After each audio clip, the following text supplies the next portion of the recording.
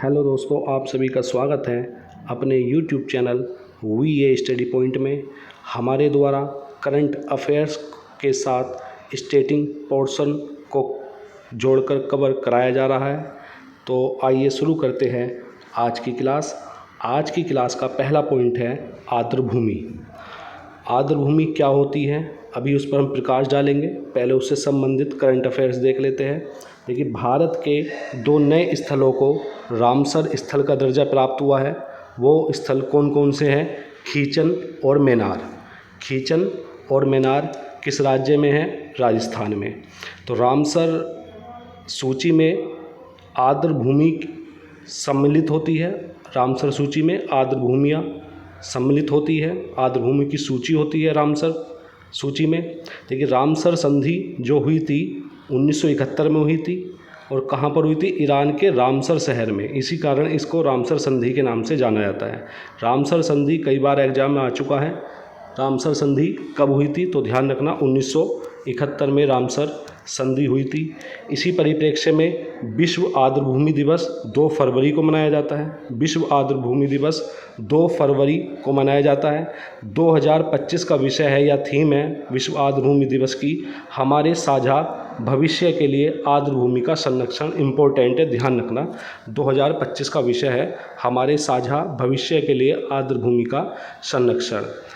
तो ये जो 2 फरवरी को विश्व आर्द्रभूमि दिवस मनाया जाता है, यह 1997 से मनाया जा रहा है, ना कि 1971 से। तो ध्यान रखना, 1997 से लगातार 2 फरवरी को विश्व आर्द्रभूमि दिवस मनाया जाता है। तो अब चलते हैं आर्द्रभूमियों की ओर। आर्द्रभूमि क्या होती है डिटेल से कवर करते हैं, अच्छे से कवर करेंगे। आर्द्रभूमि आर्द्रभूमि टॉपिक है हमारा आर्द्रभूमि। देखिए, आर्द्रभूमि या वेटलैंड। आर्द्रभूमि ऐसी भूमि होती है जिसके ऊपर कुछ मात्रा में पानी होता है। आर्द्रभूमि ऐसी भूमि होती है जिसके ऊपर कुछ मात्रा में पानी होता है, या नमी या दलदली भूमि वाले क्षेत्र को आर्द्रभूमि कहा जाता है। नमी या दलदली भूमि वाले क्षेत्र को आर्द्रभूमि कहा जाता है। आर्द्रभूमि एक संक्रमण क्षेत्र होता है। अभी बताएंगे संक्रमण क्षेत्र क्या होता है। आर्द्रभूमि एक संक्रमण क्षेत्र होता है, यानी पूरी तरह से हम स्थलखंड नहीं देख सकते उसमें, न ही पूरी तरह से जलखंड देख सकते हैं। मान लीजिए ये आपका स्थल है और ये आपका जलखंड है। ये जलखंड है, ये थलखंड या स्थलखंड है। तो इसका जो बीच का क्षेत्र होगा ये कहलाता है संक्रमित क्षेत्र या संक्रमण क्षेत्र। तो इतनी एरिया को ही आर्द्रभूमि कहा जाएगा। तो ना ही पूरी तरह से स्थलखंड होगा वो, ना ही जलखंड होगा, तो वो संक्रमित क्षेत्र को आर्द्रभूमि कहा जाता है। देखिए, यहाँ पर जलीय वनस्पति बहुत ज़्यादा होती है आर्द्रभूमियों में। इन्हीं आर्द्रभूमियों पर बहुत सारे जानवर अपना पोषण और पानी के लिए निर्भर रहते हैं। बहुत सारे जानवर आर्द्रभूमि के लिए पर्यावरण की दृष्टिकोण से, जलवायु की दृष्टिकोण से बहुत ज़्यादा इम्पोर्टेंट है आर्द्रभूमि। जलवायु परिवर्तन के लिए महत्वपूर्ण है। और वेटलैंड यानी आर्द्रभूमि दुनिया के 2/3 मत्स्य उत्पादन का स्रोत है।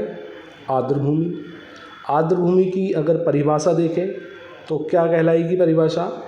स्थलीय और जलीय पारिस्थितिकी प्रणालियों के बीच, ये जलीय और स्थलीय पारिस्थितिक प्रणालियों के बीच संक्रमणकालीन भूमि, ये वाली संक्रमणकालीन भूमि जहाँ जल आमतौर पर सतह पर होता है, तो उसे ही आर्द्रभूमि कहा जाता है। मैंने शॉर्ट में आपको बता दिया था, अब डेफिनेशन भी इसकी बता दी है। देखिए, पहली जो आर्द्रभूमि थी इंडिया की, भारत की पहली आर्द्रभूमि जो थी वो थी चिल्का झील। और इससे ज़्यादा बेहतर समझ में आएगा आपको, ये यहाँ पर आपकी चिल्का झील है। चिल्का झील कहाँ पर है? उड़ीसा में। इधर आपका जलखंड हो गया, समुद्र हो गया, इधर आपका क्या हुआ? स्थल। तो अब बीच का जो क्षेत्र है ये क्या है? आर्द्रभूमि, मतलब संक्रमणकालीन क्षेत्र है ये। तो चिल्का झील पहली भारत की रामसर स्थल या रामसर साइट थी, या पहली आर्द्रभूमि थी। चिल्का झील उड़ीसा में। ध्यान रखना इंपॉर्टेंट है, क्वेश्चन आता है कि भारत की पहली आर्द्रभूमि या रामसर साइट कौन सी है, तो उड़ीसा थी, सॉरी चिल्का झील थी जो उड़ीसा में पड़ती है। यदि पूछा जाए भारत की सबसे बड़ी रामसर साइट या स्थल, रामसर स्थल सबसे बड़ा भारत का कौन सा है, तो सुंदरवन आर्द्रभूमि है वो, सुंदरवन आर्द्रभूमि जो पश्चिम बंगाल में पड़ती है। और भारत की सबसे छोटी रामसर साइट पूछ ली जाए तो वह है रेणुका आर्द्रभूमि, रेणुका आर्द्रभूमि, रेणुका, ये रेणुका आर्द्रभूमि है जो कि हिमाचल प्रदेश में पड़ती है। रेणुका आर्द्रभूमि या रेणुका झील आर्द्रभूमि पर, सॉरी हिमाचल प्रदेश में पड़ती है। तो और जो भारत रामसर कन्वेंशन का पक्षकार बना था वो बना था 1 फरवरी 1982 को, 1 फरवरी 1982 को रामसर कन्वेंशन का पक्षकार बना था भारत।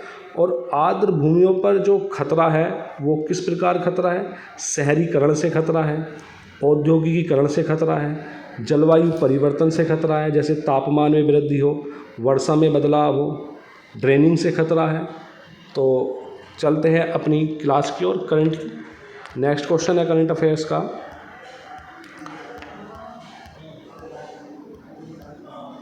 देश की पहली hydrogen train Gohana Sonipat track पर फर्राटा भरने को तैयार है। तो देश की पहली हाइड्रोजन ट्रेन कौन से ट्रैक पर चलेगी, जींद गोहाना सोनीपत ट्रैक पर। इसकी जो स्पीड रहेगी, गति रहेगी, 110 से 140 किलोमीटर प्रति घंटे की स्पीड से यह चलेगी।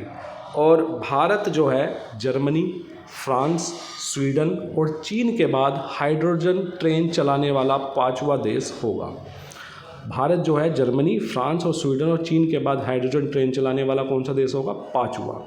हाइड्रोजन ट्रेन फॉर हेरिटेज पहल के तहत भारतीय रेलवे देश में 35 हाइड्रोजन ट्रेन चलाने की योजना बना रहा है।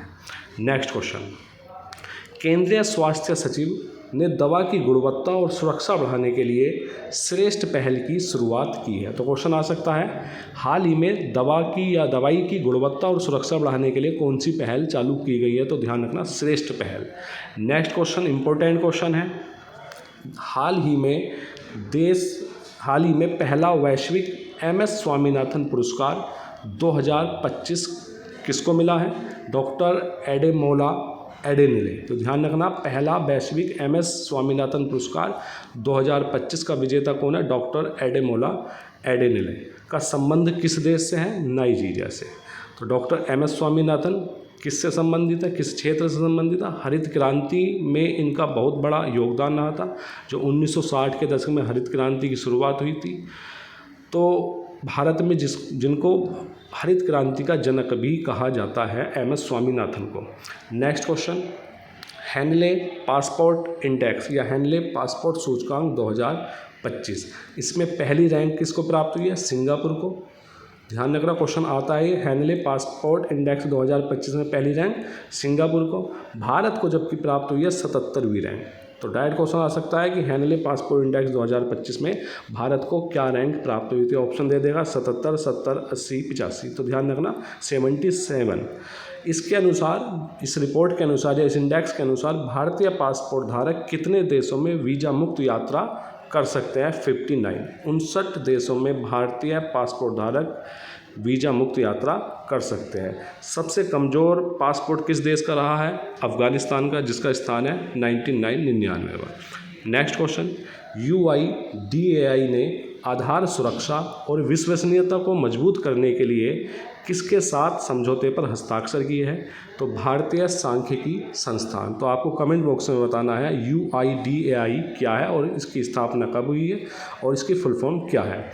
नेक्स्ट क्वेश्चन, अमेरिका दक्षिण कोरिया ने उल्ची फ्रीडम शील्ड सैन्य अभ्यास किया। तो क्वेश्चन आ सकता है, उल्ची फ्रीडम शील्ड सैन्य अभ्यास किन दो देशों के बीच या किन दो देशों के मध्य होता है, अमेरिका और दक्षिण कोरिया।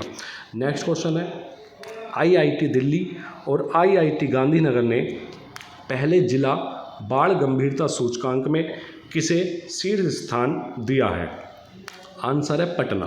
तो जिला बाढ़ गंभीरता सूचकांक में पहला स्थान किसको प्राप्त हुआ है? पटना, जो कि बिहार में पड़ता है। नेक्स्ट क्वेश्चन, हाल ही में कौन सा देश दुनिया का तीसरा सबसे बड़ा ऑटोमोबाइल उद्योग बनकर उभरा है?